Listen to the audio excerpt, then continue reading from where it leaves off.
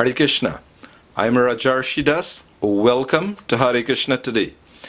On today's program, we're going to deal with a very important subject matter, and that is the three modes of material nature, three categories of material existence that we are all influenced by. And knowing this, we can actually become liberated. But let us put this in context a bit. We are well familiar in religion, people speak about liberation, freedom, salvation, emancipation, moksha. It all results to the same thing. What it implies is that we are bound. There is no question of freedom if we are not bound. But the question that arises, what are we bound by? So Bhagavad Gita gives this very important aspect of knowledge of the three modes of material nature. Now in Sanskrit the word is guna, which means technically rope. You can use a rope to bind someone. Yes, well, the Sanskrit word is guna, or rope, that which binds. So let us look at some texts from the Bhagavad Gita to get an understanding of this concept of the modes of material nature. In the 7th chapter of the Bhagavad Gita, that is entitled Knowledge of the Absolute, Lord Krishna, that's in about text 7:13, he says, Tribhir guna mayir bhavair ebhi sarvam idang jagat mohitang na abhijanati mamebhya paramavyam. He says that all the souls within this world are bound by Tribhir Gunamayir Bhavair. All souls in this world, they are bound by these three gunas, or these three modes of material nature. And he says the result of this is that they don't know me. That's the result of being under the spell of the modes. Now, how does it work? When someone is under the spell of the mode of goodness, he's thinking, I am a Brahmin, or I am an educated person, I am a knowledgeable person, I am like this. When one is born in the mode of passion, then he identifies himself. He may think, I am a Kshatriya, I am a warrior, because that's the nature of the warrior, the Kshatriya. Or someone may be in the mode of ignorance, and he may not even know what he is, or what mode he is influenced by.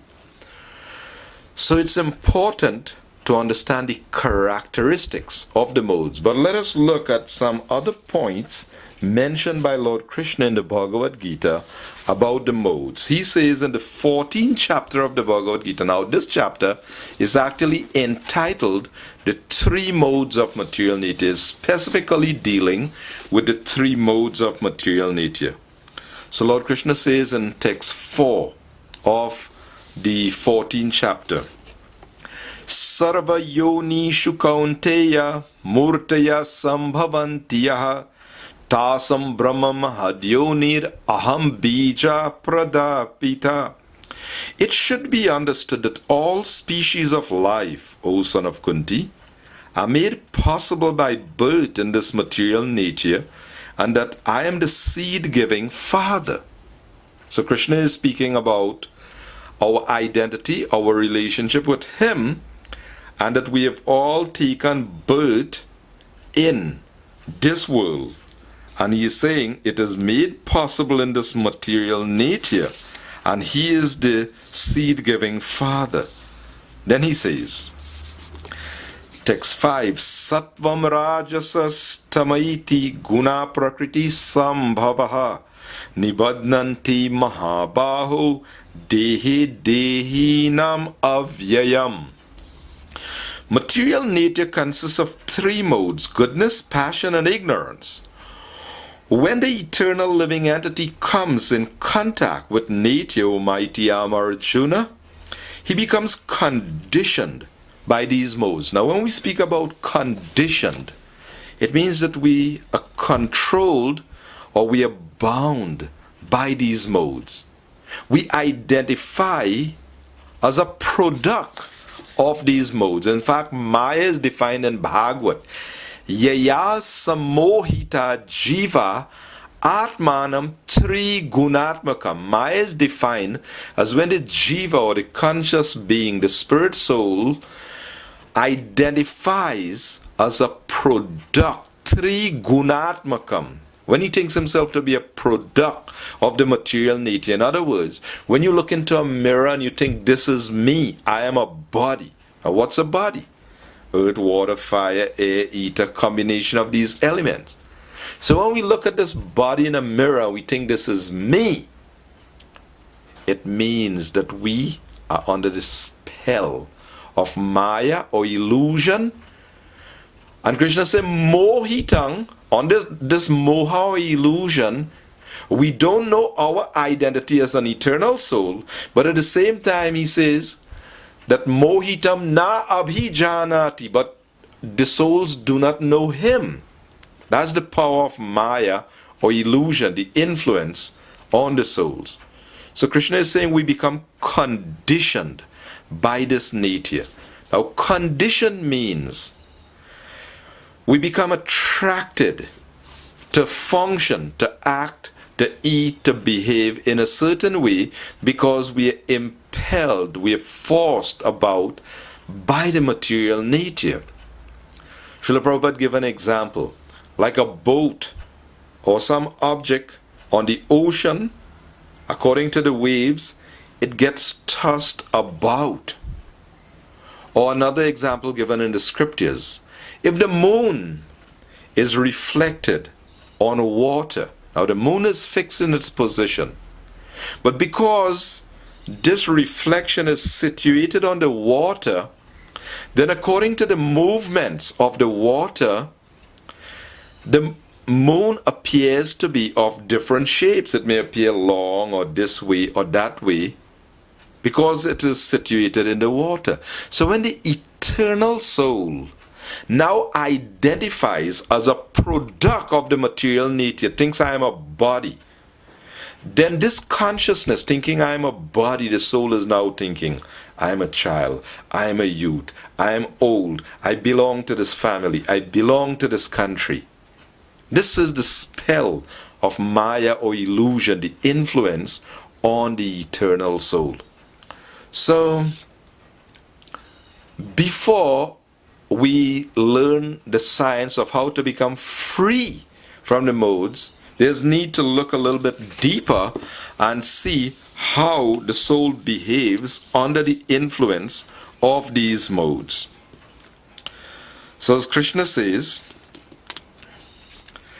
material nature consists of three modes: goodness, passion, and ignorance. When the eternal living entity comes in contact with this nature, O mighty Arjuna, he becomes conditioned by these modes.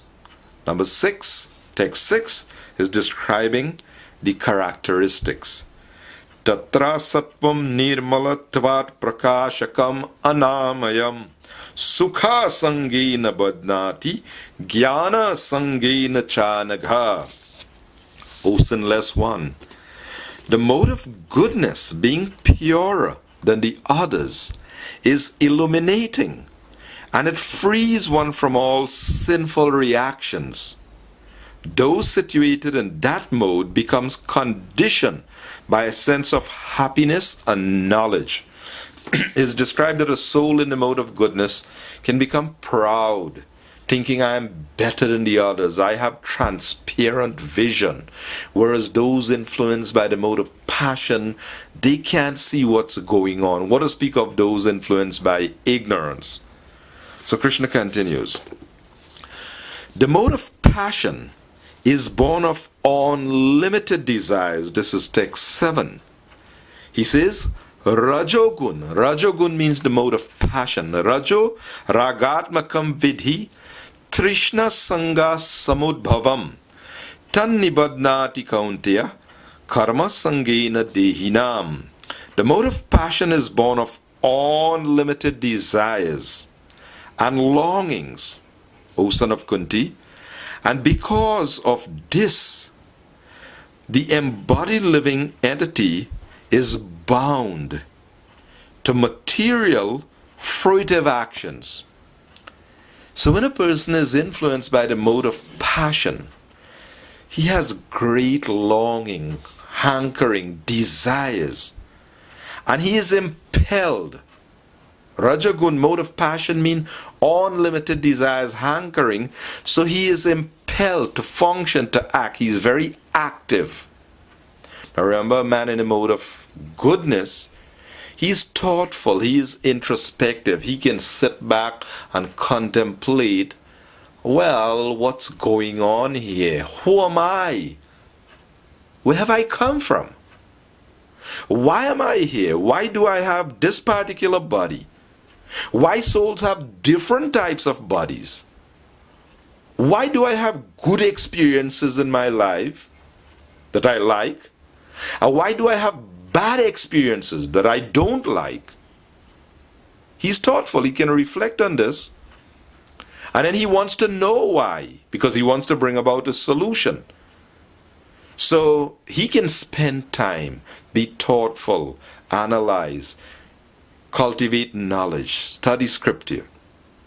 But a man in a mode of passion, he may even have some knowledge, but he is so much impelled by this mode of passion, he can't stop to put time and effort and energy to pursue that.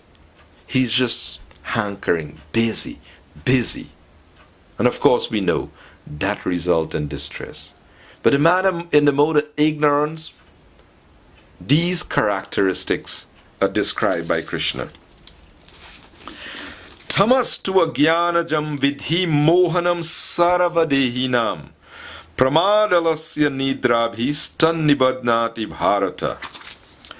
O son of Bharat, know that the mode of darkness, born of ignorance, is the delusion of all embodied living entities. So to some degree or other, all souls in this world are influenced by ignorance. Know that no one is purely in any particular mode. You may be predominantly controlled by the mode of ignorance, but there may be a tiny trace of goodness there.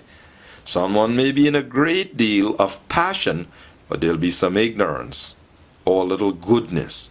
Someone may be predominantly in goodness, but there may be some tinge of ignorance or passion also. So Krishna says, he sums up, O son of Bharat, the mode of goodness conditions one to happiness, passion conditions one to fruitive action, and ignorance, covering one's knowledge, binds one to madness. Sometimes the mode of goodness becomes prominent, defeating the mode of passion and ignorance, O son of Bharat. Sometimes the mode of passion defeats goodness and ignorance. And at other times, ignorance defeats passion. In this way, there is always competition for supremacy. So, we have access to a chart that describes some more detail, gives some more detailed information and comparison. So let's look at a chart, symptoms of the different modes. Goodness frees one from sinful reactions. Passion, unlimited desires and longing. Ignorance, delusion, darkness, madness, inertia, illusion, intolerant anger, stinginess, speaking without scriptural authority, violent hatred, living as a parasite, hypocrisy, chronic fatigue, quarrelsome, lamentation, delusion, unhappiness, depression, sleeping too much, false expectations, fear, laziness, anger. Now these are the details of the mode of ignorance. Let us look at some more on passion.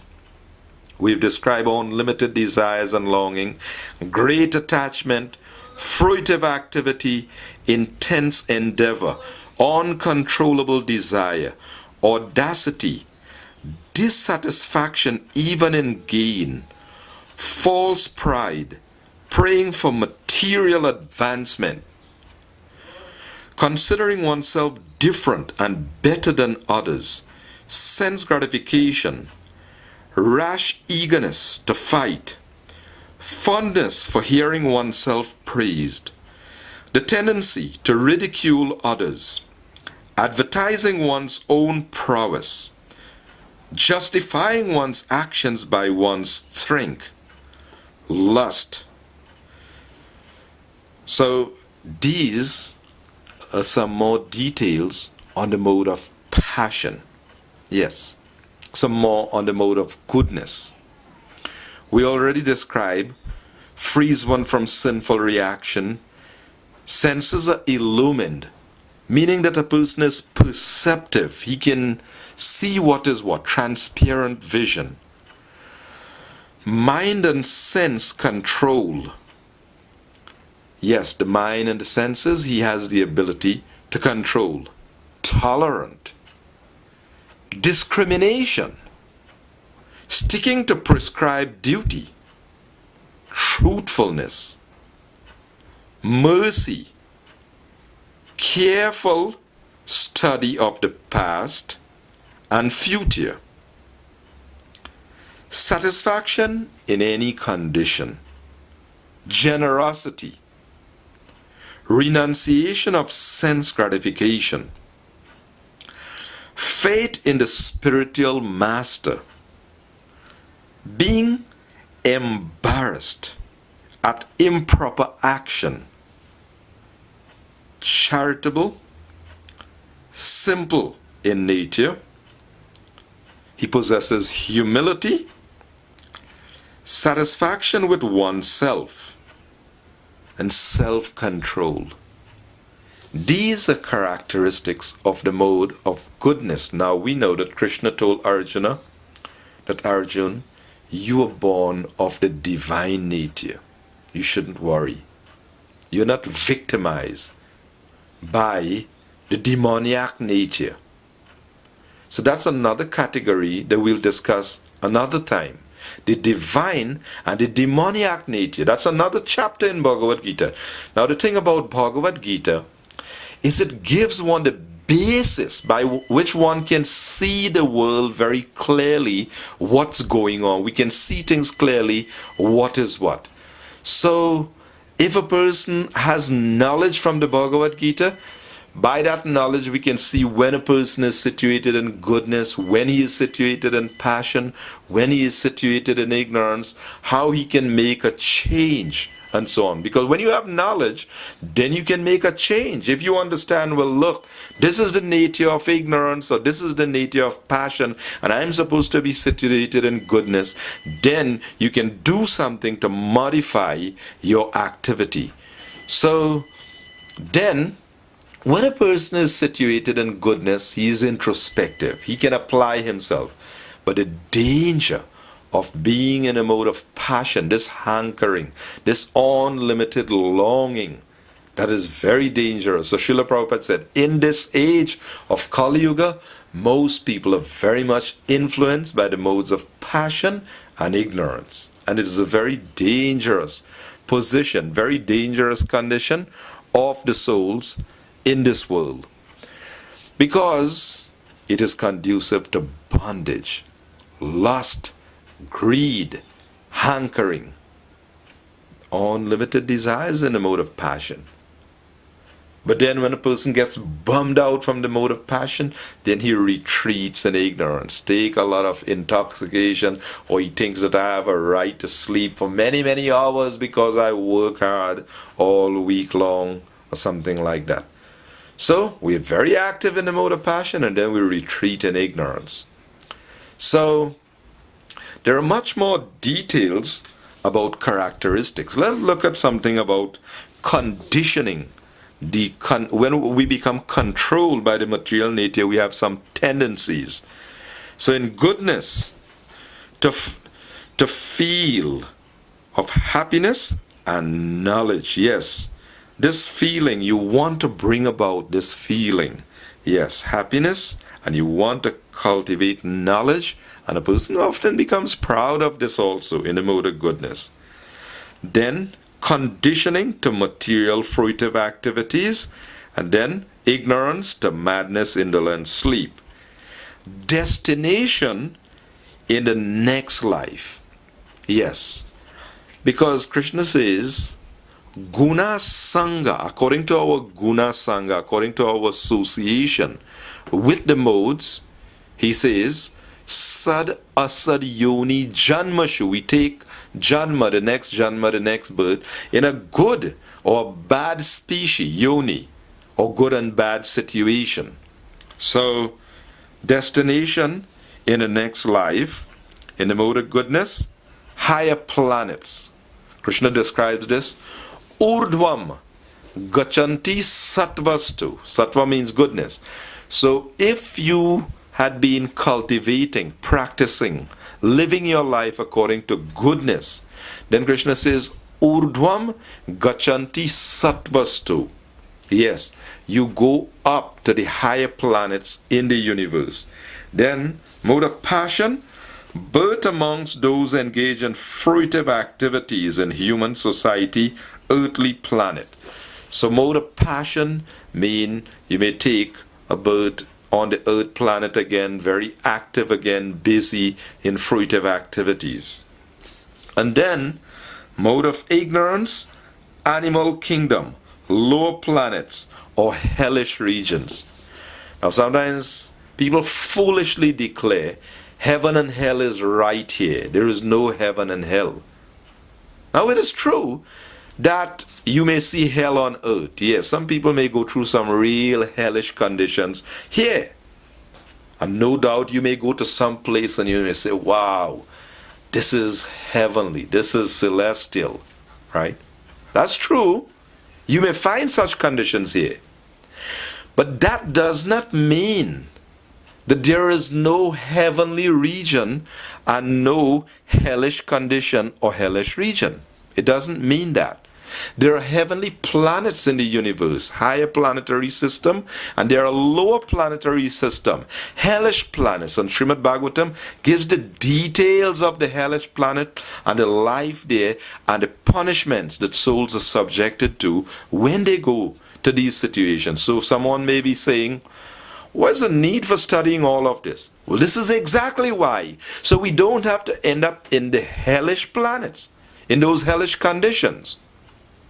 In fact, how and why was these hellish conditions described in the Bhagavatam? Because when Shukadev Goswami was describing the universe, and he described those lower regions of the universe, the King Maharaj Parikshit, he was terrified at the souls having to go and experience all these conditions. So he wanted to know, how could souls be saved from the hellish conditions in the universe?